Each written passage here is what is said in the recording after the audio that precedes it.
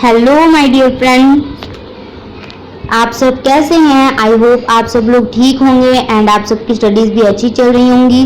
So welcome है हमारे इस चैनल पर आपका निकट स्टडी पॉइंट पर, जिसमें आज हम क्लास 12 का चैप्टर जो 13 है जैव विविधता एवं संरक्षण, उसकी एनसीईआरटी ऑडियो बुक एक ही सेशन में कंप्लीट करने वाले हैं। सो चलिए टाइम को वेस्ट ना करते हुए हम स्टार्ट करते हैं। जैव विविधता एवं संरक्षण ये क्लास 12 का चैप्टर है और बहुत ही डाटा बेस्ड चैप्टर है। सो इसके आप शॉर्ट नोट्स बनाएं ताकि आपको अच्छे से याद रहे। सो चलिए स्टार्ट करते हैं। यदि दूर स्थित आकाश गंगा से कोई अन्य ग्रही एलियन आया हुआ हमारे ग्रह पृथ्वी पर भ्रमण करे, तब सबसे पहले जो बातें उसको अचंभित करेगी वो शायद हमारे जीवन की अति विशाल विविधता होगी।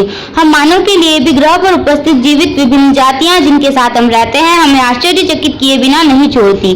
सामान्य मनुष्य मुश्किल से विश्वास करेगा कि हमारी पृथ्वी पर 20,000 चींटियों की जातियां, 3 लाख बीटल भृंग और 28,000 मत्स्य जातियां तथा 20,000 से अधिक पादप ऑर्किड की जातियां हैं। पारिस्थितिक तथा जैव विकास वैज्ञानिक इस विविधता के महत्व को कुछ आवश्यक प्रश्न पूछकर समझने की कोशिश कर रहे हैं, जैसे कि इतनी विभिन्न जातियां क्यों हैं, क्या यह महान विविधता पृथ्वी के इतिहास में पहले से उपस्थित थी, ये सब विचित्रताएं कहां से आई है, जीव मंडल के लिए यह विविधता क्यों और कैसे महत्वपूर्ण है। यदि यह विविधता कम होती तो क्या जीव मंडल का कार्य अलग होता। मानव जीवन इस विविधता से किस प्रकार लाभान्वित है। 13.1 जैव विविधता। हमारे जैव मंडल में न केवल जातीय स्तर पर वरन जैवीय संगठन के सभी स्तर पर कोशिकाओं के वृहत अणु से लेकर जीवोम या बायोम तक बहुत विविधता मिलती है। जैव विविधता शब्द सामाजिक जीव वैज्ञानिक एडवर्ड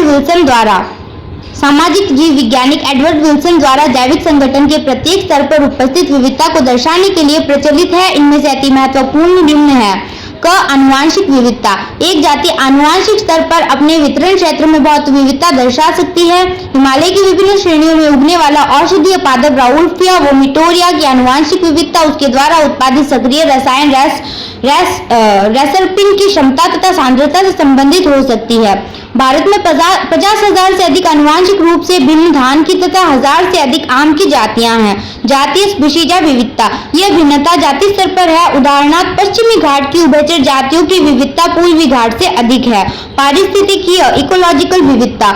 यह विविधता पारितंत्र स्तर पर है, जैसे कि भारत के रेगिस्तान, वर्षावन, गरान, मैंग्रोव, प्रवात्व भित्ति, कोरल रीफ, आर्द्र भूमि, ज्वार नदमुख, एस्चुअरी तथा एल्पाइन शाद्वल मीडोज की पारितंत्र विभिन्नता स्कैंडिनेवियाई देश नॉर्वे से अधिक है। प्रकृति की इस समृद्ध जैव विविधता को एकत्र होने में विकास के लाखों वर्ष लगे, लेकिन जातीय क्षति यदि इसी दर से जारी रही तो अब हम इस संपदा को 2 शताब्दी से कम समय में खो सकते हैं। आजकल संसार के अधिकतर लोगों के लिए इस ग्रह पर हमारे जीवन तथा रख रखाव के लिए जैव विविधता व इसका संरक्षण एक अत्यावश्यक और महत्वपूर्ण अंतर्राष्ट्रीय पर्यावरणीय मुद्दा बना हुआ है। 13.1.1 पृथ्वी तथा भारत में कितनी जातियां स्पीशीज है। अब तक खोजी तथा नामी जातियों के प्रकाशित साक्ष्य एवं तथ्यों से हम जानते हैं कि आज तक कितनी जातियां अंकित की गई है, लेकिन पृथ्वी पर कितनी जातियां हैं, इस प्रश्न का उत्तर देना आसान नहीं है।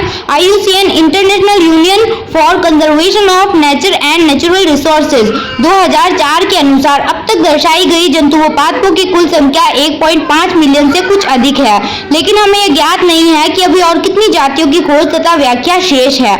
आकलन में बहुत विभिन्नताएं हैं तथा उनमें से कुछ शैक्षिक अनुमान मात्र हैं कि वर्गीय समूह की जातियों की खोज उष्णकटिबंधीय ट्रॉपिकल देशों की अपेक्षा शीतोष्ण टेम्परेट देशों में अधिक पूर्ण है।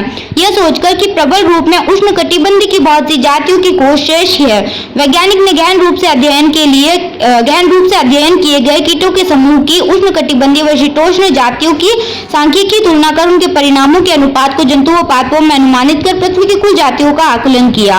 कुछ चरम आकलन की परास 20 से 25 मिलियन है, लेकिन रॉबर्ट मे द्वारा दिया गया एक अधिक संतुलित तथा वैज्ञानिक रूप से शुद्ध आकलन वैश्विक जातीय विविधता को लगभग 70 लाख यानी कि 7 मिलियन तक मानता है।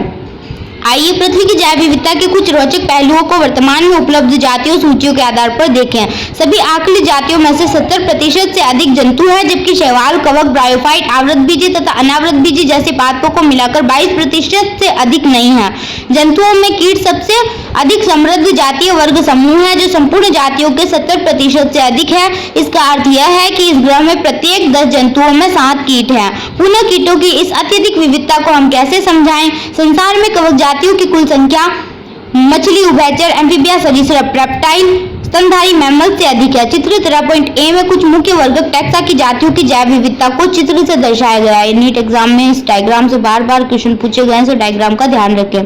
यह बात ध्यान में होनी चाहिए कि आकलन प्रोकैरियोट की संख्या को नहीं बताते हैं। इंपॉर्टेंट लाइन है। जीव वैज्ञानिकों को यह पक्का विश्वास नहीं है कि प्रोकैरियोटिक जातियों की संख्या कितनी हो सकती है। समस्या यह है कि पारंपरिक वर्गीकरण के तरीके सूक्ष्म जीवों को पहचानने के लिए उचित नहीं है तथा बहुत सी जातियां प्रयोगशाला में संवर्धन योग्य कल्चरेबल नहीं है। यदि इन जातियों को समझाने के लिए जैव, रासायनिक अथवा आणविक तरीके अपनाते हैं तब इनकी विविधता लाखों में पहुंच सकती है। यद्यपि भारत का भूमि क्षेत्र विश्व का केवल 2.4% है, लेकिन इसकी वैश्विक जातीय विविधता 8.1% है। यह कारण है कि संसार के 12 महाविविध देशों में भारत भी एक है। भारत में लगभग 45,000 पादप जातियां तथा इससे 2 गुना से अधिक जंतु जातियों को अभिलिखित किया जा चुका है। वास्तव में अभी कई जीवित जातियों की खोज तथा उनका नाम दिया जाना शेष है। यदि रॉबर्ट मे के वैश्विक आकलन को स्वीकार करें तब अभी तक कुल 22% जातियों की खोज हुई है। इस अनुपात से भारत की विविधता का आकलन करें तो 1 लाख से अधिक पादप तथा 3 लाख से अधिक जंतु जातियों की खोज तथा वर्णन होना शेष है। क्या हम कभी अपने देश की संपूर्ण जैविक संपदा की खोज कर सकेंगे? सोचिए, इस कार्य को पूर्ण करने के लिए कितनी प्रशिक्षित मानव शक्ति तथा समय की आवश्यकता होगी। यह स्थिति और भी अधिक भयावह हो सकती है जब हम महसूस करते हैं कि बहुत सी जातियां खोज करने से पहले ही विलुप्त हो रही हैं। प्रकृति का जैविक पुस्तकालय उनमें से संग्रहित पुस्तकों के शीर्षकों के सूचीबद्ध करने से पहले ही विनष्ट हो रहा है। 13.1.2 जैव विविधता के प्रतिरूप दैट मीन्स पैटर्न। अक्षांशीय प्रवणता। जंतु व पादपों की विविधता संपूर्ण विश्व में समान न होकर असमान वितरण दर्शाती है। बहुत से जंतु व पौधों के समूह में रोचक विविधता मिलती है, जिसमें मुख्य रूप से अक्षांशों पर विविधता में क्रमबद्ध प्रवणता उतार चढ़ाव है। सामान्यतः भूमध्य रेखा से ध्रुवों की ओर जाने पर जाति विविधता घटती है। केवल कुछ ही अपवादों को छोड़कर उष्णकटिबंधीय क्षेत्र अक्षांशीय सीमा 23.5 डिग्री उत्तर से और 23.5 डिग्री दक्षिण तक में शीतोष्ण या ध्रुव प्रदेशों से अधिक जातियां पाई जाती है। भूमध्य रेखा के समीप स्थित कोलंबिया में 1400 पक्षी जातियां हैं, जबकि न्यूयॉर्क जो कि 41 डिग्री उत्तर में है 105 पक्षी जातियां व ग्रीनलैंड के 71 डिग्री उत्तर में केवल 56 पक्षी जातियां हैं। भारत में जिसका अधिकतर भूभाग उष्णकटिबंधीय क्षेत्र में है 1200 से अधिक पक्षी जातियां हैं। इक्वाडोर के उष्णकटिबंध के वन क्षेत्र में जैसे कि इक्वाडोर संवहनी पौधों की जातियां यूएसए के मध्य पश्चिम में स्थित शीतोष्ण क्षेत्र के वनों से 10 गुना अधिक है। दक्षिणी अमेरिका के अमेजन उष्णकटिबंध वर्षा वनों की जैव विविधता पृथ्वी पर सबसे अधिक है। यहाँ पर 40,000 पादप जातियां, 3,000 मत्स्य, 1300 पक्षी, 427 स्तनधारी, 427 उभयचर, 378 सरीसृप तथा 1,25,000 से अधिक अकशेरुकी जातियों का व्यास है। वैज्ञानिकों का अनुमान है कि इन वर्षा वनों में अभी भी कम से कम 2 लाख कीट जातियों की खोज तथा पहचान शेष है। उष्णकटिबंधीय क्षेत्र में ऐसा क्या विशेष है जिसके कारण उसमें सबसे अधिक जैव विविधता पारिस्थितिक तथा जैव विकास पारिस्थितिक से अधिक जैव विविधताएं हैं? उष्णकटिबंधीय क्षेत्र में ऐसा क्या विशेष है जिसके कारण उसमें सबसे अधिक जैव विविधता है? पारिस्थितिक तथा जैव विकासविदों ने बहुत सी परिकल्पनाएं की हैं, जिनमें से कुछ निम्न है। जाति उद्भवन, स्पीशिएशन। आमतौर पर समय का कार्य है कि शीतोष्ण क्षेत्र में प्राचीन समय से बार-बार हिमनदन ग्लेशिएशन होता रहा है, जबकि उष्णकटिबंधीय क्षेत्र लाखों वर्षों से अपेक्षाकृत अबाधित रहा। इस कारण जाति विकास तथा विविधता के लिए बहुत कम समय मिला। उष्णकटिबंध पर्यावरण शीतोष्ण पर्यावरण से भिन्न तथा कम मौसमीय परिवर्तन दर्शाता है। यह स्थिर पर्यावरण निगेत विशिष्टीकरण निक्सपेशियलाइजेशन को प्रोत्साहित करता है, जिसकी वजह से अधिकाधिक जातीय विविधता हुई। उष्णकटिबंधीय क्षेत्रों में अधिक सौर ऊर्जा उपलब्ध है, जिससे उत्पादन अधिक होता है, जिससे परोक्ष रूप से अधिक जैव विविधता का होती है। जातीय क्षेत्र संबंध। जर्मनी के महान प्राकृतिकविद व भूगोल शास्त्री अलेक्जेंडर वॉन हम्बोल्ट ने दक्षिणी अमेरिका के जंगलों के गहन अन्वेषण के समय दर्शाया कि कुछ सीमा तक किसी क्षेत्र की जातीय समृद्धि अन्वेषण क्षेत्र की सीमा बढ़ाने के साथ बढ़ती है। वास्तव में जातीय समृद्धि और वर्गों को अनावृतबीजी, पादप, पक्षी, चमगादड़, अलवणीय मछलियां, अलावरण जलीय मछलियों की व्यापक किस्मों के क्षेत्र के बीच संबंध आयताकार अति परवलय रेक्टेंगुलर हाइपरबोला होता है। चित्र 13.2 आप देख सकते हैं। लघु गणित पैमाने पर यह संबंध एक सीधी रेखा दर्शाता है। इसका समीकरण है log h is equal to log c plus z log a से हम याद ही रख सकते हैं। इसका कोई ज्यादा हार्ड क्वेश्चन नहीं आएगा इसमें नीट में इस पर ज्यादा हार्ड क्वेश्चन आएगा नहीं, बस ये आपको पूछ लेंगे कि जो राइट फॉर्मूला है वो कौन सा है। जहाँ पर ऐसे जाति समृद्धि है, ए क्षेत्र है और जेड है जो है रेखीय ढाल है जिसे हम समाश्रयन गुणांक रिग्रेशन कोएफिशिएंट कहते हैं और सी बराबर y अंतखंड इंटरसेप्ट है। पारिस्थितिक वैज्ञानिकों ने बताया कि जेड का मान 0.1 से 0.2 परास में होता है, भले ही वर्गीय के समूह अथवा क्षेत्र जैसे कि ब्रिटेन के पादप, कैलिफोर्निया के पक्षी या न्यूयॉर्क के मोलस्क कुछ भी हो। समाश्रयन रेखा रिग्रेशन लाइन की ढलान आश्चर्यजनक रूप से एक जैसी होती है, लेकिन यदि हम किसी बड़े समूह जैसे कि संपूर्ण महाद्वीप के जातीय क्षेत्र संबंध का विश्लेषण करते हैं तब ज्ञात होता है कि समाश्रयन रेखा की ढलान तीव्र रूप से तिरछी खड़ी है। जेड का मान की परास 0.6 से 1.2 होती है। उदाहरणार्थ विभिन्न महाद्वीपों के उष्णकटिबंध वनों के फलाहारी पक्षी तथा स्तनधारियों की रेखा की ढलान 1.15 है। इस संदर्भ में तिरछी खड़ी ढलान का क्या अर्थ है? जातीय विविधता का पारितंत्र में महत्व। क्या किसी समुदाय में जातियों की संख्या पारितंत्र के कार्यों को वास्तव में प्रभावित करती है? यह ऐसा प्रश्न है जिसका पारिस्थितिकविद उचित उत्तर नहीं दे पा रहे हैं। बहुत से दशकों तक पारिस्थितिकविदों का विश्वास था कि जिस समुदाय में अधिक जातियां होती है वह पारितंत्र कम जाति वाले समुदाय से अधिक स्थिर रहता है। एक जैवी समुदाय के लिए सटीक स्थिरता क्या है? एक स्थिर समुदाय की उत्पादकता में साल दर साल अधिक अंतर नहीं होना चाहिए। ये समय समय पर आने वाली प्राकृतिक या मानव निर्मित बाधाओं को रोकने वाला तथा विदेशी एलियन जातियों के आक्रमण को रोकने वाला भी होना चाहिए। हम नहीं जानते हैं कि गुण जातीय समृद्धि से किस प्रकार संबंधित है, लेकिन डेविड टिलमैन द्वारा प्रयोगशाला के बाहर के भूखंडों पर लंबे समय तक पारितंत्र इकोसिस्टम के प्रयोग इस बारे में कुछ प्रारंभिक उत्तर देते हैं। टिलमैन ने पाया कि उन भूखंडों जिन पर अधिक जातियां थी साल दर साल कुल जैव भार में कम विभिन्नता दर्शाई। उन्होंने अपने प्रयोगों में यह भी दर्शाया कि विविधता में वृद्धि से उत्पादकता बढ़ती है। यद्यपि हम पूर्ण रूप से यह नहीं जानते हैं कि कैसे जातीय समृद्धि पारितंत्र अच्छा बनाए रखने में सहयोग प्रदान करती है। हम ये समझते तथा महसूस करते हैं कि समृद्ध जैव विविधता केवल अच्छे पारितंत्र के लिए ही आवश्यक नहीं है, बल्कि इस ग्रह पर मानव जीवन को जीवित रखने के लिए भी आवश्यक है। इस समय जब हम जातियों को भयावह गति से खो रहे हैं तो प्रश्न उठता है कि यदि कुछ जातियां लुप्त हो जाए तो क्या वास्तव में हम पर कुछ प्रभाव पड़ेगा? यदि पश्चिमी घाट के पारितंत्र से वृक्षों पर पाए जाने वाले मेंढक की जाति हमेशा के लिए विलुप्त हो जाए तब क्या वहां के पारितंत्र कम क्रियाशील होंगे? यदि पृथ्वी पर 20,000 चींटियां जातियों के स्थान पर केवल 15,000 जातियां ही रहे तब हमारा जीवन किस प्रकार प्रभावित होगा? इन सीधे प्रश्नों का उत्तर कोई नहीं है, लेकिन स्टैटफोर्ड के पारिस्थितिक पॉल एरलिख द्वारा प्रयोग की गई रिवेट पॉपर परिकल्पना से हम एक ही विचार प्रस्तुत कर सकते हैं। एक वायुयान के 1000 इवेंटों द्वारा एक वायुयान जिसे हम पारितंत्र मान सकते हैं कि 1000 रिवेटों यानी कि जातियां द्वारा सभी भागों को जोड़ा जाता है। यदि वायुयान का हर यात्री अपने साथ एक रिवेट दैट मींस किलर को ले जाने लगे जाति विलुप्त का कारण है, तब आरंभ में जहाज की सुरक्षा प्रभावित नहीं होगी, लेकिन यदि और अधिक रिवेट हटा लिया जाए तब कुछ समय बाद जहाज खतरनाक रूप से कमजोर हो जाएगा। साथ ही साथ ये भी महत्वपूर्ण है कि कौन सा रिवेट हटाया गया है। जहाज के पंख का रिवेट हटाया हवाई सुरक्षा की दृष्टि से जहाज के अंदर सीट व खिड़कियों के रिवेट हटाने से अधिक महत्वपूर्ण है। यदि जहाज के पंख के रिवेट को पारितंत्र की मुख्य जातियों से तुलना की गई है।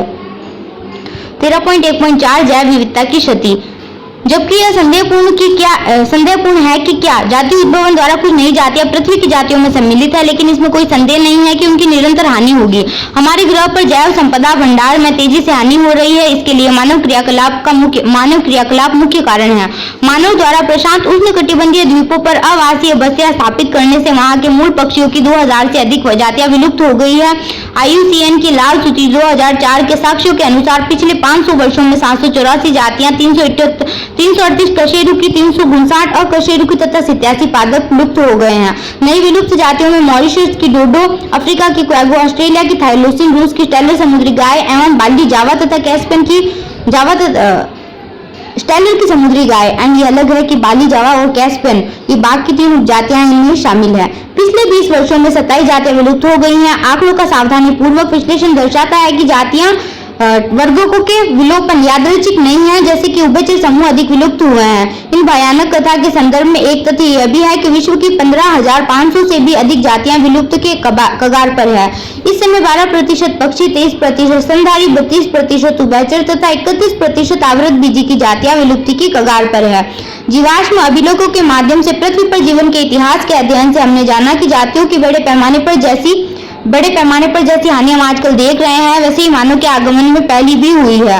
लगभग 3 करोड़ 3 बिलियन वर्ष पहले जब से पृथ्वी पर जीवन की उत्पत्ति तथा विविध रूपेण डाइवर्सिफिकेशन हुआ है, पृथ्वी पर 5 बार जातियों के व्यापक विलोपन की घटना देख चुके हैं। अब जो छठा विलोपन प्रगति पर है वो पहली 5 घटनाओं से किस प्रकार भिन्न होगा? अंतर केवल दर में है। आज जातियों का विलोपन दर मानव के अस्तित्व से पूर्व होने वाले विलोपन की अपेक्षा 100 से 1000 गुना अधिक तीव्र आंकी गई है। इस तीव्र दर के लिए हमारे क्रियाकलाप उत्तरदायी है। पारिस्थितिकविदों की चेतावनी है कि यदि यही दर जारी रही तो 100 वर्षों में ही पृथ्वी की आधी जातियां विलुप्त हो जाएंगी। सामान्यतः किसी क्षेत्र की जैव विविधता की हानि होने से पादप उत्पादकता घटती है। पर्यावरणीय समस्याओं जैसे सूखा आदि के प्रति प्रतिरोध में कमी आ जाती है। कुछ पारितंत्र की प्रक्रियाओं जैसे पादप उत्पादकता, जल उपयोग, पीड़क और रोग चक्रों की परिवर्तनशीलता बढ़ जाती है। जैव विविधता की क्षति के कारण जातीय विलोपन की बढ़ती हुई दर जिसका विश्व सामना कर रहा है वह मुख्य रूप से मानव क्रियाकलापों के कारण है। इसकी 4 मुख्य कारण हैं। निम्न उपशीर्षकों में इसका वर्णन किया गया है। आवासीय क्षति तथा विखंडन, ये जंतु व पौधों के विलुप्तीकरण का मुख्य कारण है। उष्णकटिबंधीय वर्षा वनों से होने वाली आवासीय क्षति का सबसे अच्छा उदाहरण है। एक समय वर्षा वन पृथ्वी के 14% क्षेत्र में फैले थे, लेकिन अब 6% से अधिक क्षेत्र में नहीं है। ये इतनी तेजी से नष्ट हो रहे हैं कि जब तक कि आप इस अध्याय को पढ़ेंगे हजारों हेक्टेयर वर्षावन समाप्त हो चुके होंगे। विशाल अमेज़न वर्षावन, जिसे विशाल होने के कारण पृथ्वी का फेफड़ा भी कहा जाता है, उससे संभवतः करोड़ों जातियां स्पीशीज निवास करती है। इन वन को सोयाबीन की खेती तथा जानवरों के चारागाह के लिए काटकर साफ कर दिया गया है। संपूर्ण आवासीय क्षति के अलावा प्रदूषण के कारण भी आवास में खंडन, फ्रेगमेंटेशन हुआ है, जिससे बहुत सी जातियों के जीवन को खतरा उत्पन्न हुआ है। जब मानव क्रियाकलापों द्वारा बड़े आवासों को छोटे छोटे खंडों में विभक्त कर दिया जाता है, तब जिन स्तनधारियों और पक्षियों को अधिक आवास चाहिए तथा प्रवासी माइग्रेटरी स्वभाव वाले कुछ प्राणी बुरी तरह प्रभावित हुए हैं, जिससे समष्टि पॉपुलेशन में कमी हुई है। अतिदोहन, मानव हमेशा भोजन तथा आवास के लिए प्रकृति पर निर्भर करता रहा है, लेकिन जब आवश्यकता लालच में बदल जाती है तब इस प्राकृतिक संपदा का अधिक दोहन ओवर एक्सप्लॉइटेशन शुरू हो जाता है। मानव द्वारा अतिदोहन से पिछले 5 वर्षों में बहुत सी जातियां, स्टिलर समुद्री गाय, पैसेंजर कबूतर विलुप्त हो चुके हैं।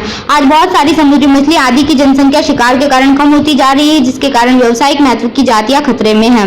विदेशी जातियों का आक्रमण, जब बाहरी जातियां अनजाने में या जानबूझकर किसी भी उद्देश्य से एक क्षेत्र में लाई जाती हैं, तब उनमें से कुछ आक्रामक होकर स्थानीय जातियों में कमी या उनकी विलुप्ति का कारण बन जाती है। जैसे जब नील नदी की मछली नाइल पर्च को पूर्व अफ्रीका की विक्टोरिया झील में डाला गया, तब झील में रहने वाली पारिस्थितिक रूप से बेजोड़ सिचलिड मछलियों की 200 से अधिक जातियां विलुप्त हो गई। आप गाजर घास, पार्थेनम, लैंटाना और हाइसिन आइकॉर्निया जैसी आक्रामक खरपतवार जातियों से पर्यावरण को होने वाली क्षति और हमारी देशी जातियों के लिए पैदा हुए खतरे से अच्छी तरह से परिचित हैं। मत्स्य पालन के उद्देश्य से अफ्रीकन कैटलफिश क्लेरिस गैरिपाइनस मछली को हमारी नदियों में लाया गया है, लेकिन अब ये मछली हमारी नदियों की मूल अशल्कमीन कैटफिश जातियों के लिए खतरा पैदा कर रही है। सह विलुप्तता, जब एक जाति विलुप्त होती है तब उस पर आधारित दूसरी जंतु व पादप जातियां भी विलुप्त होने लगती है। जब एक परपोषी मत्स्य जाति विलुप्त होती है तब इसके विशिष्ट परजीवियों का भी वही भविष्य है। दूसरा उदाहरण विकसित कोई वॉल्ड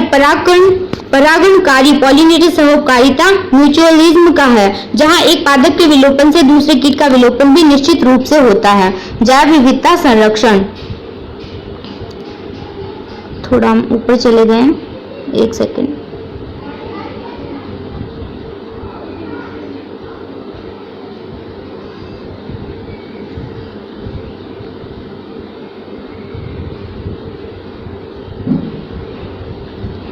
जैव विविधता संरक्षण, हमें जैव विविधता को क्यों संरक्षित करना चाहिए? इसके बहुत से स्पष्ट तथा अस्पष्ट कारण हैं जो कि समान रूप से महत्वपूर्ण है। इन्हें 3 श्रेणियों में बांटा जा सकता है, जैसे संकुचित, संकीर्णत, उपयोगी, व्यापक रूप से स्वार्थ उपयोगी व नैतिक। जैव विविधता के संरक्षण के लिए संकीर्ण रूप से उपयोगी तर्क स्पष्ट है, जैसे मानव को प्रकृति से प्रत्यक्ष रूप से अनगिनत आर्थिक लाभ हैं, जैसे खाद्य, अनाज, दालें, फल आदि। ईंधन, रेशा, इमारती सामान, औद्योगिक उत्पाद जैसे कि टैनिक, स्नेहक, लुब्रिकेंट, रंजक, डाई, रेजिन, इत्र आदि तथा औषधि उत्पाद। विश्व बाजार में बिक रहे 25% से अधिक औषधियां पादपों से बनाई जाती है। 25,000 से अधिक पादप जातियां विश्व के लोगों द्वारा पारंपरिक दवाएं बनने में उपयोग हो रही हैं। यदि किसी को ज्ञात नहीं है कि कितने और नए औषधीय महत्व के पादपों के उष्णकटिबंधीय वर्षावनों में खोज होना शेष है। जैव संभावना से समृद्ध राष्ट्र इसका और अधिक लाभ उठा सकते हैं यदि अधिक से अधिक संसाधनों का जैविक अन्वेषण आर्थिक महत्व के उत्पादों, आणविक, आनुवंशिक तथा जाति स्तर पर किया जाए। व्यापक रूप से उपयोग संबंधी तर्क कहता है कि प्रकृति द्वारा प्रदान की गई जैव विविधता की अनेक पारितंत्र सेवाओं में मुख्य भूमिका है। तीव्र गति से नष्ट हो रहा अमेजन वन पृथ्वी के वायुमंडल को लगभग 20% ऑक्सीजन प्रकाश संश्लेषण द्वारा प्रदान करता है। क्या प्रकृति द्वारा प्रदान की गई सेवा का हम आर्थिक मूल्यांकन कर सकते हैं? अपने किसी पड़ोसी अस्पताल में ऑक्सीजन सिलेंडर पर होने वाले खर्च से आप इसका अनुमान लगा सकते हैं। परागण, जिसके बिना पौधे फल तथा बीज नहीं दे सकते, पारितंत्र की दूसरी ऐसी सेवा है जो परागण कार्यों जैसे मधुमक्खी, गुंजमक्षिका, पक्षी तथा चमगादड़ द्वारा की जाती है। प्राकृतिक परागण कार्यों की अनुपस्थिति में परागण को पूरा करने की लागत कितनी होगी? हम प्रकृति से अन्य अप्रत्यक्ष सौंदर्यात्मक लाभ उठाते हैं। वनों में घूमते समय, बसंत ऋतु में पूरे खिले हुए फूलों को निहारते समय या प्रातः बुलबुल के गीतों का आनंद। क्या हम ऐसी चीजों की कोई कीमत लगा सकते हैं? जैव विविधता संरक्षण का नैतिक तर्क का संबंध पृथ्वी ग्रह पर उपस्थित उन लाखों जंतु, पादप व सूक्ष्मजीवी जातियों से है जिसके साथ हम रहते हैं। दार्शनिक व आध्यात्मिक रूप से हमें यह समझने की आवश्यकता है कि प्रत्येक जाति का अपना नैज मूल्य, इंट्रिंसिक वैल्यू है, भले ही इसका हमारे लिए चालू या आर्थिक मूल्य न हो। हमारी नैतिक जिम्मेदारी बनती है कि हम उसकी देखरेख करें और इसका जैविक धरोहर को आने वाली पीढ़ी के लिए अच्छे हालात में रखें। जैव विविधता को हम कैसे संरक्षित करें? जब हम संपूर्ण पारितंत्र को सुरक्षित तथा संरक्षित करते हैं तब इसकी जैव विविधता के सभी स्तर भी संरक्षित तथा सुरक्षित हो जाते हैं। एक बाग को सुरक्षित रखने के लिए सारे जंगल को सुरक्षित रखना होता है। इसे स्वस्थानीय इन सीटू संरक्षण कहते हैं। जब कभी किसी जीव को विलोपन के संकट से, वे जीव जिनके निकट भविष्य में वन से विलुप्त होने का बहुत अधिक संकट है, बचाने के लिए त्वरित सहायता की आवश्यकता होती है, तब इस स्थिति को हम बाह्य स्थानीय एक्स सीटू संरक्षण कहते हैं। स्वस्थानीय इन सीटू संरक्षण, विकास तथा संरक्षण के बीच टकराव का सामना करते हुए भी बहुत से देश अपनी सारी जैविक संपदा के संरक्षण को अस्वाभाविक और आर्थिक रूप से व्यवहारिक नहीं समझते हैं। जितने संरक्षण के साधन उपलब्ध हैं उनसे सभी विलोपन से बचाने के लिए जितनी जातियां हैं उनको बचाना दूर की बात है। भूमंडलीय स्तर पर इस समस्या की ओर कुछ श्रेष्ठ संरक्षणविदों ने ध्यान आकर्षित किया। उन्होंने अधिकतम सुरक्षा के लिए कुछ जैव विविधता हॉटस्पॉट पहचाने। जैव विविधता हॉटस्पॉट वे क्षेत्र होते हैं जहां पर जातीय समृद्धि बहुत अधिक और उच्च स्थानिकता एंडेमिज्म होती है। जातियां अन्य स्थानों पर नहीं होती है। सर्वप्रथम 25 जैव विविधता हॉटस्पॉट चिन्हित किए गए हैं। तत्पश्चात इस सूची में 9 हॉटस्पॉट और सम्मिलित किए गए। संसार में कुछ 34 जैव विविधता हॉटस्पॉट हैं। ये हॉटस्पॉट त्वरित आवासीय क्षति के क्षेत्र भी हैं। इनमें से 3 हॉटस्पॉट पश्चिमी घाट, श्रीलंका, इंडो बर्मा व हिमालय है, जो हमारे देश की असाधारण रूप से उच्च जैव विविधता को दर्शाते हैं। यद्यपि जैव विविधता के सारे हॉटस्पॉट आपस में मिलकर संसार का 2% से भी कम है, परंतु इस क्षेत्र में आवासीय जातियों की संख्या अत्यधिक है तथा इन हॉटस्पॉट की विशेष सुरक्षा द्वारा विलोपन की दर को 30% तक कम किया जा सकता है। भारत में पारिस्थितिक तथा अद्वितीय और जैव विविधता समृद्ध क्षेत्रों को राष्ट्रीय उद्यानों, वन्यजीव अभयारण्यों, जीवमंडल आरक्षितियों, बायोस्फीयर रिजर्व के रूप में कानूनी सुरक्षा प्रदान की गई है। अब भारत में 14 जीवमंडल संरक्षित क्षेत्र, 90 राष्ट्रीय उद्यान तथा 448 वन्यजीव अभयारण्य हैं। भारत में सांस्कृतिक व धार्मिक परंपरा का इतिहास जो प्रकृति की रक्षा करने पर जोर देता है। बहुत सी संस्कृतियों में वनों के लिए अलग भूभाग छोड़े जाते हैं और उनमें सभी पौधों तथा वन्यजीवों की पूजा की जाती है। इस तरह की पवित्र उपवन या आश्रय मेघालय की खासी तथा जयंतिया पहाड़ियां, राजस्थान के अरावली, कर्नाटक तथा महाराष्ट्र के पश्चिमी घाट में मध्य प्रदेश की सरगुजा, चंदा व बस्तर क्षेत्र में है। मेघालय की पवित्र उपवन बहुत से दुर्लभ व संकटोत्पन्न पादपों की अंतिम शरण स्थली है। बाह्य स्थानीय संरक्षण, इस संरक्षण में संकटोत्पन्न पादपों तथा जंतुओं को उनके प्राकृतिक आवास से अलग एक विशेष स्थान पर उनकी अच्छी देखभाल की जाती है और सावधानी पूर्वक संरक्षित किया जाता है। जंतु उद्यान, वनस्पति उद्यान तथा वन्य जीव सफारी पार्कों का सही उद्देश्य है कि ऐसे बहुत से जंतु जो कि वनों में विलुप्त हो गए हैं लेकिन जंतु उद्यानों में सुरक्षित है। आजकल संकटोत्पन्न जातियों को परिबद्ध घेरे में रखने के बजाय बाह्य स्थानीय संरक्षण दिया जाता है। अब संकटग्रस्त जातियों के युग्मकों को जीवित व जन्मष्टम स्थिति में निम्न ताप परीक्षण क्रायोप्रिजर्वेशन तकनीकों के द्वारा लंबे समय तक परिरक्षित किया जाता है। अंडों को पात्र इन विट्रो निषेचित किया जाता है और पादपों को उत्तक संवर्धन विधि द्वारा प्रवर्धन किया जा सकता है। व्यापारिक महत्व के पौधों के विभिन्न अनुभागों अनुवांशिक प्रभेदों के बीच लंबे समय तक बीज बैंक में रखे जा सकते हैं।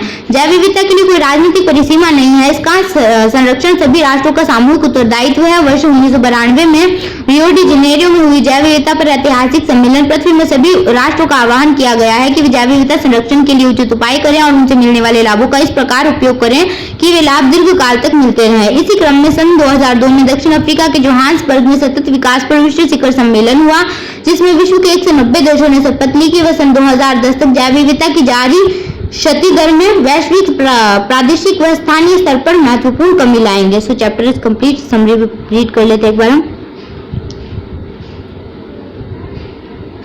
लगभग 3.8 बिलियन वर्ष पहले पृथ्वी पर जीवन की उत्पत्ति के समय से पृथ्वी पर जीवों में बहुत अधिक विविधीकरण हुआ है। जैव विविधता जैवीय संगठन के सभी स्तरों में उपस्थित कुल विविधता को दर्शाती है। इनमें से आनुवांशिक, जातीय तथा पारितंत्र विविधता अधिक महत्वपूर्ण है और सभी संरक्षण के प्रयास इन सभी स्तरों पर विविधता को सुरक्षित करने के उद्देश्य से किए गए हैं। संसार में 15 लाख से अधिक जातियों के साक्ष्य एकत्रित किए जा चुके हैं, लेकिन पृथ्वी पर लगभग 60 लाख जातियां खोज तथा नामकरण के इंतजार में हैं। जिन जातियों को नाम दिए जा चुके हैं उनमें 70% से अधिक जंतु हैं। इनमें भी लगभग 70% कीट हैं।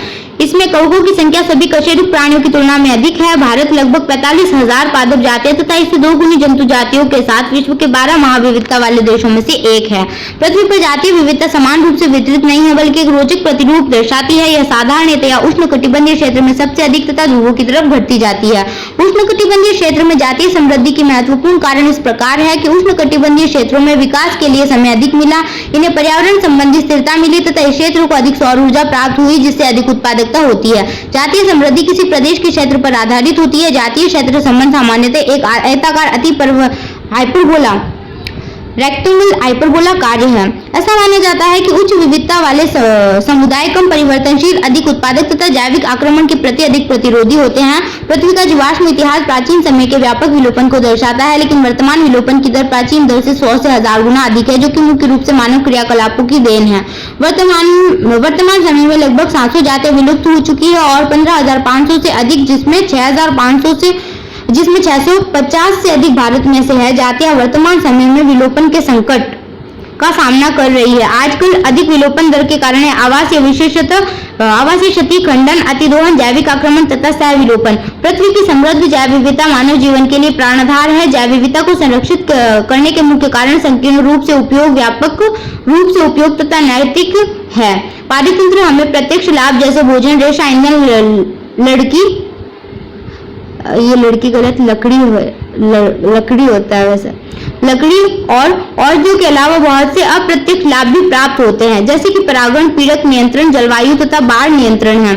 पृथ्वी की जैव विविधता की अच्छी तरह देखभाल करना तथा उसको अपनी अगली पीढ़ी को प्रदान करना हमारा नैतिक कर्तव्य है। जैव विविधता संरक्षण स्वस्थानीय इन सिटू तथा बाह्य स्थानीय एक्स सिटू होता है। स्वस्थानीय में संकटापन्न जातियों को उनके प्राकृतिक आवास में सुरक्षित रखा जाता है, जिससे कि सारा पारितंत्र सुरक्षित रह सके। आज तक संसार के चौथी जैव विविधता वाले हॉटस्पॉट को गहन संरक्षण प्रयास के लिए चुना जा चुका है, जिसमें से 3 पश्चिमी घाट, श्रीलंका, हिमालय तथा इंडोवर्मा भारत के जैव विविधता समृद्धि क्षेत्र में आते हैं। हमारे देश के स्वस्थानीय संरक्षण के प्रयास 14 जीवमंडल संरक्षित क्षेत्र में 90 राष्ट्रीय उद्यान, 450 से अधिक वन्यजीव अभ्यारण्य व बहुत से पवित्र उपवनों के द्वारा प्रतिबिंबित होते हैं। बाह्यस्थानीय संरक्षण के अंतर्गत संकटग्रस्त जातियों का प्राणी उद्यानों तथा पादप उद्यानों में पात्र, इन विट्रो निषेचन, ऊतक संवर्धन, प्रवर्धन तथा युग्मक के निम्न ताप परीक्षण जैसी विधियां आती है। Chapter is complete. आपने जहां से भी ऑनलाइन ऑफलाइन चैप्टर को कंप्लीट किया है, उसके नोट्स बनाए, वहां से आपको इसके क्वेश्चंस मिल जाएंगे। और नीट वालों के लिए ये क्वेश्चन इंपॉर्टेंट है नहीं, और नीट वाले तो क्वेश्चन की प्रैक्टिस कर सकते हैं MTG से और PYQ लगा सकते हैं। सो चैप्टर कंप्लीट हो चुका है। मिलते हैं हम अगले चैप्टर में, तब तक के लिए बाय। Thanks for watching.